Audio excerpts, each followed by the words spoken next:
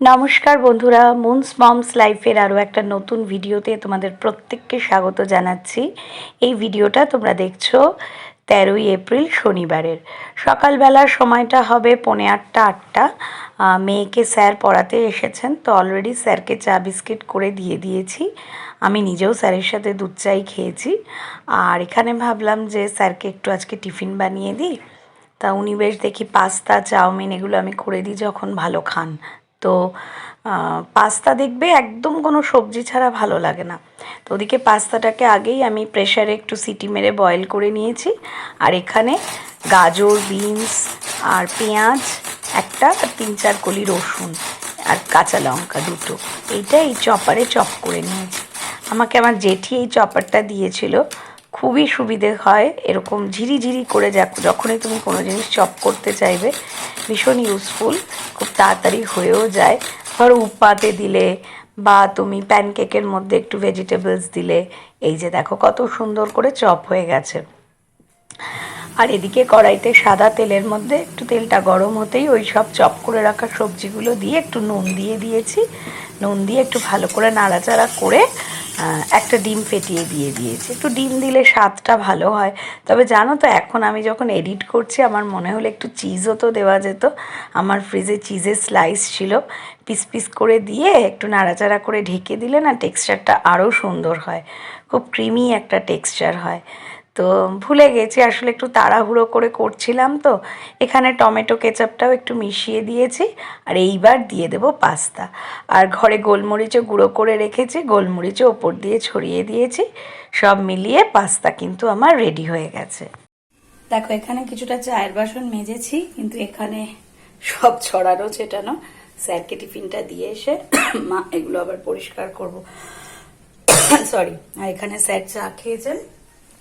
আর এই যে একটা মিষ্টি ঘরে, দুটো মিষ্টি ঘরে ছিল, এই মিষ্টি আর একটু পাস্তা দিয়ে আসি, ঠিক আছে। আজকে ওই একটা গোলাপি জবা আর এই যে দুটো ছোট ছোট হাজারি জবা দেখতে পাচ্ছ ফুটেছে, এই একটা আর ওই। আর এখানে এই যে একটা সাদা অপরাজিতা। এখানে আমি টমেটোর দানা ফেলেছিলাম, দেখো টমেটো গাছ বেরিয়েছে। মর্নিং বন্ধুরা, কেমন আছো তোমরা সবাই? আশা করবো সবাই খুব ভালো আছো, সুস্থ আছো, সাবধানে আছো। এখন বাজে 9:05 আর আজকে হচ্ছে 13ই এপ্রিল শনিবার। স্যারকে টিফিন দিয়ে এলাম। এবার ওই যে দেখালাম সিঙ্কটা একটু পরিষ্কার করব, ওদিকে মেশিনে কাঁচা হচ্ছে, কাঁচাগুলো হয়ে গেলে মেলবো। শ্বশুরমশাই খাবেন দুধ রুটি আর হাজব্যান্ড খাবে মাখন পাউরুটি, কলা, মিষ্টি। কারণ শনিবার তো, আর পাস্তাতে একটু পেঁয়াজ ডিম টিম না দিলে দেখবে ভালো লাগে না অতটা। স্যারকে জিজ্ঞেস করে নিয়েছিলাম ডিম খাবেন কিনা, তা খাবেন বলেই একটা দিয়েছিলাম। আর আজকে আমার রান্না বান্না সেরকম চাপ নেই, কারণ আমাদের এই কমিউনিটি হলেই আমার হাজব্যান্ডের বন্ধু, আমাদেরই এই মানে কমপ্লেক্সে, আমাদেরই ব্লকে 9তলায় থাকে। তা তার বাবা মারা গেছে কয়েকদিন আগে। তা ওই নিয়মভঙ্গের যে কাজটা সেটা আমাদেরই কমিউনিটি হলে, সোসাইটির কমিউনিটি হলে দুপুরবেলা আছে, তো সেখানেই যাব।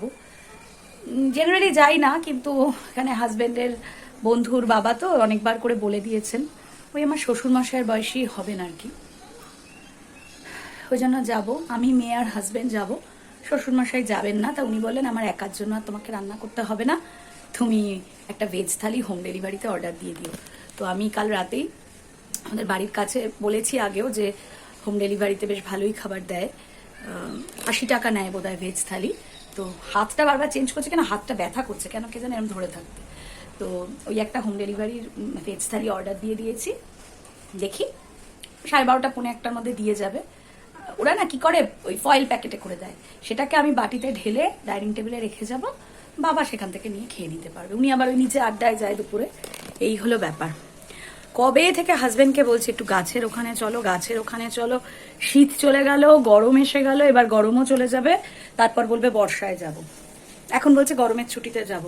ওকে দিয়ে হবে না, কি বলতো, গাছগুলোতে যতই মাঠ ঠান্ডা করে দিই, চাল ধোয়া জল দিই, ডাল ধোয়া জল দিই, সার দরকার। মোদ্দা কথা গাছের যে খাবার, সার দরকার।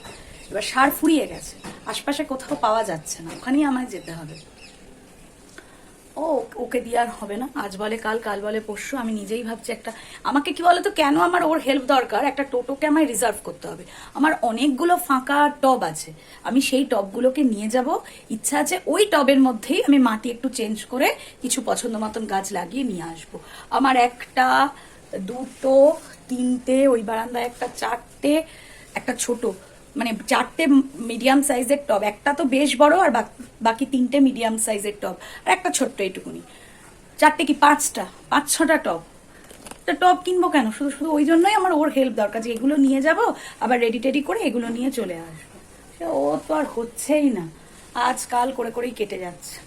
আমি কি বলি যে মেয়ে যখন স্কুলে চলে যায় সোম থেকে শুক্রর মধ্যে ইজিলি সকালে জলখাবার খেয়ে মোটামুটি 10টার মধ্যে বেরিয়ে যেতে পারি। আমার যদি প্ল্যানিং থাকে আজ আমি যাব, আমি দরকার আগের দিন 1-2 পদ রান্নাটা বেশি করে রাখলাম, সকালবেলা মেয়ে বেরিয়ে যেতেই ঝটপট করে একটা পদ করে বেরিয়ে গেলাম। প্ল্যান করা থাকলে হবে না কেন, সে আর হচ্ছে কোথায়। তো যাকে চলো কাজবাজ করি, দেখতে থাকো। গুড আফটারনুন বন্ধুরা, অনেকক্ষণ পর আবার এলাম, স্নান হয়ে গেছে, একটু পরে তোমাদের সামনে আসছি, আগে পুজোটা দিয়ে নি। পিঁপড়ে হচ্ছে গাছগুলো কেন কে জানে বাবা, এত কিছু গাছের ব্যাপারে বুঝিও না, যেটুকু যা করি তাতেও দেখি এটা হয় ওটা হয়। এই 3টেই হয়েছে, এই নিয়েই যাই।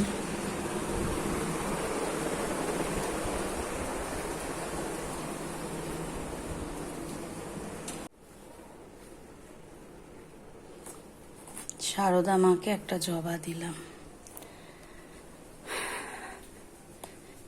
এই দেখো, কালকে আমি নীল ষষ্ঠীর পুজো করেছিলাম, এইসব 3টে শিব ঠাকুর বলে, মা অন্নপূর্ণার সঙ্গে যে শিব ঠাকুর, আর এখানে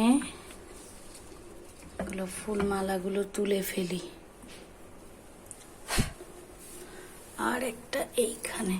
অনেকে বলে সাদা শিব পুজো করতে নেই, কিন্তু আমি বহুদিন থেকে করছি তো এখন আর সরাতে ইচ্ছা করে না।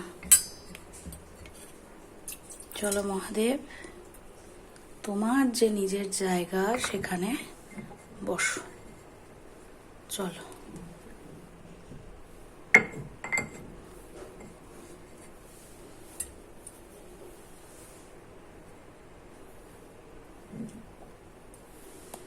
সাই বাবারও একটা নতুন জামা আমার আছে কমলা রঙের, খুঁজে বার করতে হবে। কালকে বছরের প্রথম দিন, আমরা নতুন জামা কাপড় পরবো, ঠাকুরকেও তো পরতে হবে। আর এই দেখো, এইখানে আছে 2টো নতুন পাতন বস্ত্র, আর এটা আমার গোপালের একটা জামা, সুতির উপর নিয়েছি, দেখাচ্ছি তোমাদের। তারাও আগে পুজোটা দিয়ে নি।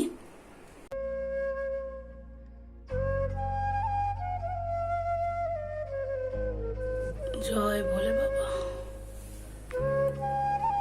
গুড আফটারনুন বন্ধুরা, এখন ঘড়িতে বাজে ঠিক 1টা।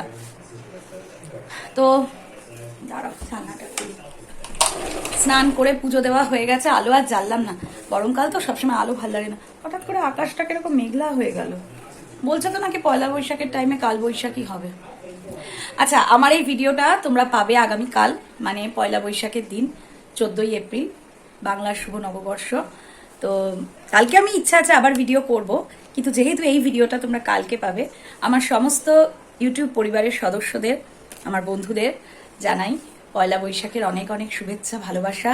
যারা বড়রা তারা নেবেন আমার প্রণাম, আর যারা ছোট আমার সমবয়সী সবার জন্য রইল অনেক ভালোবাসা, অনেকটা শুভেচ্ছা। নতুন বছর সকলের খুব ভালো কাটুক, সকলে সুস্থ থেকো, ভালো থেকো। আর আরেকটা কথা, ঈদের দিন আমি ভিডিও করেছিলাম ঠিকই, কিন্তু আমি ঈদের শুভেচ্ছা জানাতে সত্যি কথাই ভুলে গেছিলাম। অন্তর থেকে আমার শুভেচ্ছা সবসময় থাকে, তো আবারও বললাম সবাইকে ঈদেরও শুভেচ্ছা। ওই দিনকে আমি জানাতে পারিনি, মানে ভেবে রেখেছি জানাবো, আসলে মাথা দিয়ে সেই সময় বেরিয়ে গেছিল।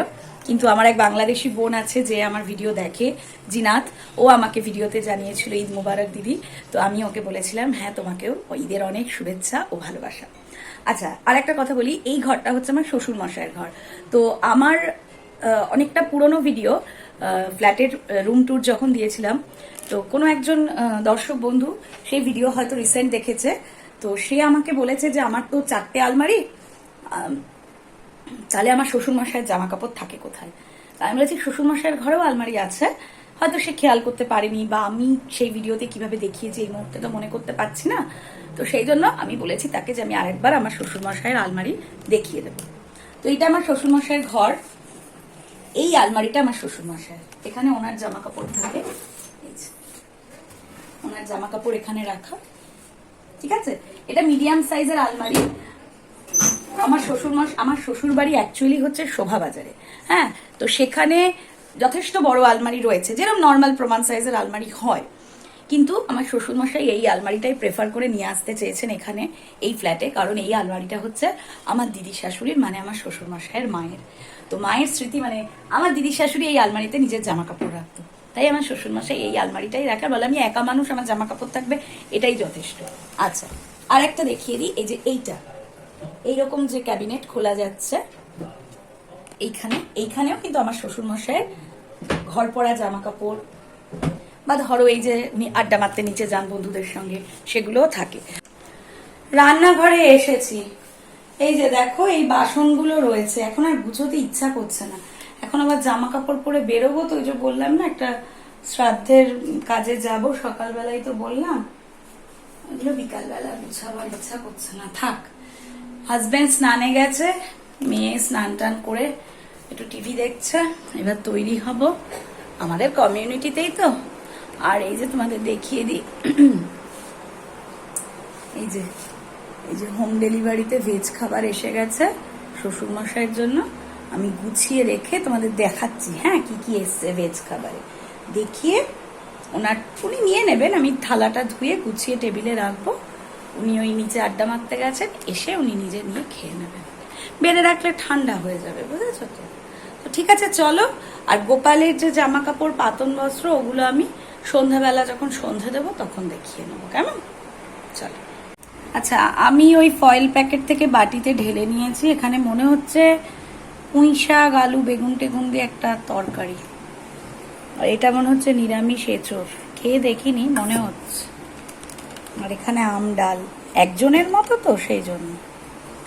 ভাতটা আমি বেড়ে দিয়েছি বাবাকে, কারণ বাবা একটু পরেই 1:30 বাজে, বাবা 10 মিনিটের মধ্যেই এসে যাবে। আর এখানে আছে উচ্ছে কুমড়ো ভাজা, এটা আমি পাতে দিয়ে দেবো, ঢেলে দিয়ে দেবো, প্লাস্টিকে এরকম রাখাটা ঠিক না, এরা সব এরকমই দেয়। আর চাটনি দিয়েছে, চাটনি উনি খাবেন না, ঠিক আছে। এই হলো, চলো পাতে বেড়ে দিয়ে, এক হাতে খুলতেও পারছি না, হ্যাঁ খুলে গেছে, এই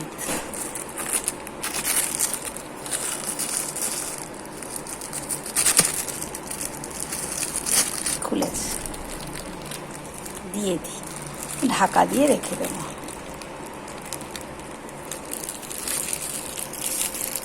ঠিক আছে, এই যে বন্ধুরা রেডি হয়ে গেছে, একটা এমনি পুরনো চিকনের কাজের কুর্তি পরেছি, আর একটা কালো প্লাজো, আর একটা কালো ওড়না নিয়েছি, বুঝেছ। আর এই যে মেয়ে একটা এমনি ফ্রক পরেছে, উঠে দাঁড়া একটু, উঠে দাঁড়া, আলো আর জ্বালিনি, এই যে ও একটা এরকম ফ্রক পরেছে, এই তো কমিউনিটি হলে যাচ্ছি, চলো, হ্যাঁ এই যে বেরোচ্ছি, চলো আবার বিকেলে তোমাদের সঙ্গে দেখা হচ্ছে।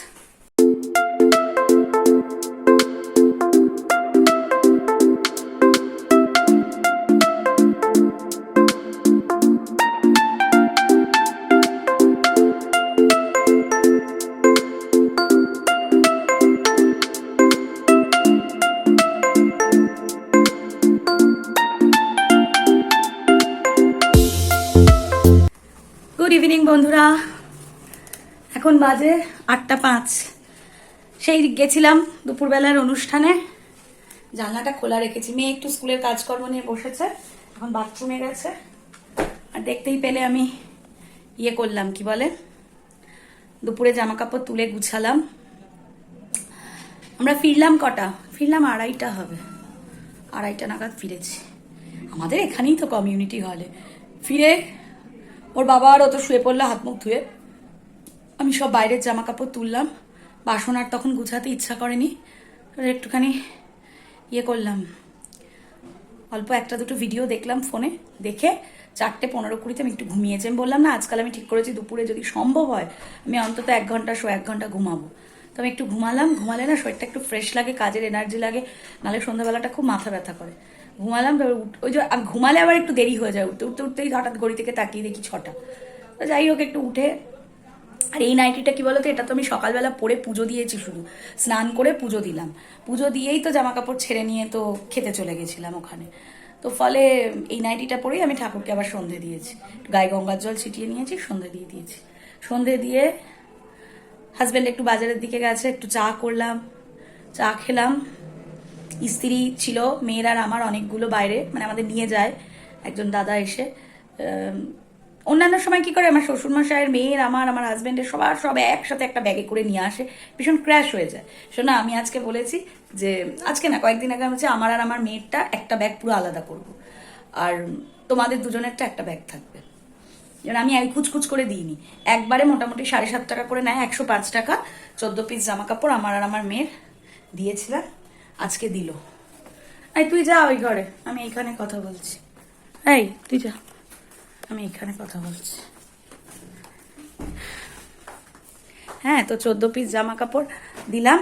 তারপরে কি গরম, ফ্যান অফ করে না কথাই বলা যায় না, কিন্তু আবার ফ্যান চালালে একটা ঘ্যাস ঘ্যাসে শব্দ।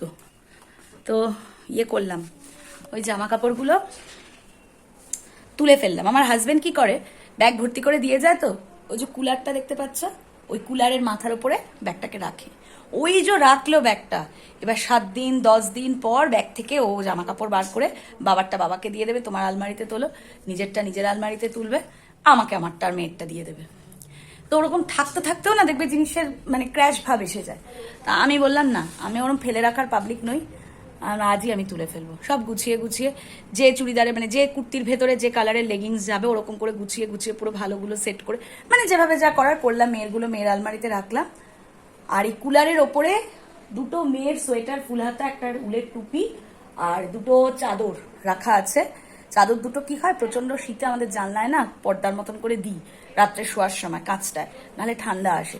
সব কাঁচা হয়ে গেছে, শুধু ওইটুকু বাকি, সব সোয়েটার টোয়েটার কাঁচা হয়ে গেছে, শুধু ওইটুকু বাকি।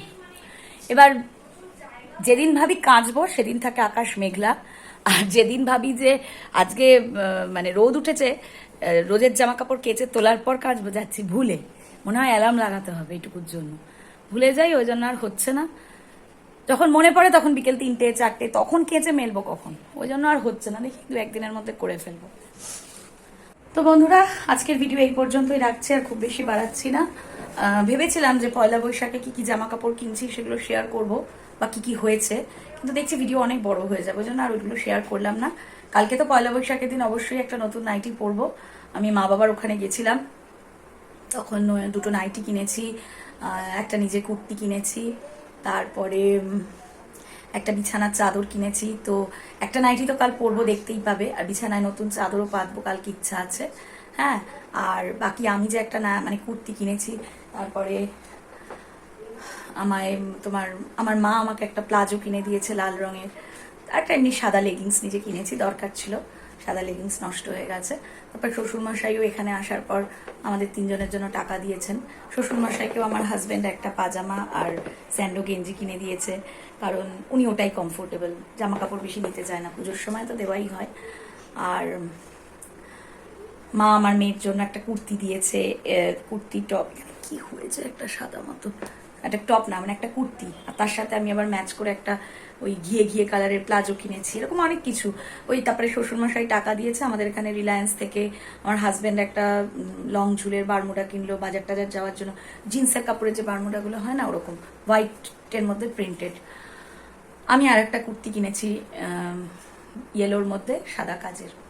তারপরে মেয়ে 2টো টপ কিনেছে, একটা লেগিংস কিনেছে, আর আজকে দুপুরে একটা জামা পরলো, ওই যে শ্রাদ্ধের ওখানে গেছিলাম, ওটাও মেয়ে কিনেছে। আনলাম পরে ফেল, কাল পয়লা বৈশাখে কোথায় আর যাবো, ঘরেই থাকবো, বিকেলে হয়তো এই পাড়ার দোকানে যেতে বলেছে, একটু যদি যাই, এই গরমে কোথায় আর যাবো। তো সেই জন্য ভাবলাম পরে ফেল, মেয়ের আরও একটা লেগিংস আছে, 2টো নতুন টপ আছে, জামা আছে, পরে ফেল। তো ওগুলো যদি এখন সব দেখাতে চাই না, অনেক বড় হয়ে যাবে। দেখি কালকের যে ভিডিওটা করবো, পারলে কালকের ভিডিওতে দেখিয়ে দেবো। ঠিক আছে, আজকের মতো ভিডিও এখানেই শেষ করলাম। সকলে খুব ভালো থেকো, সুস্থ থেকো, সাবধানে থেকো। খুব তাড়াতাড়ি নতুন একটা ভিডিও নিয়ে আবার তোমাদের সঙ্গে আছে, ততক্ষণ পর্যন্ত টাটা।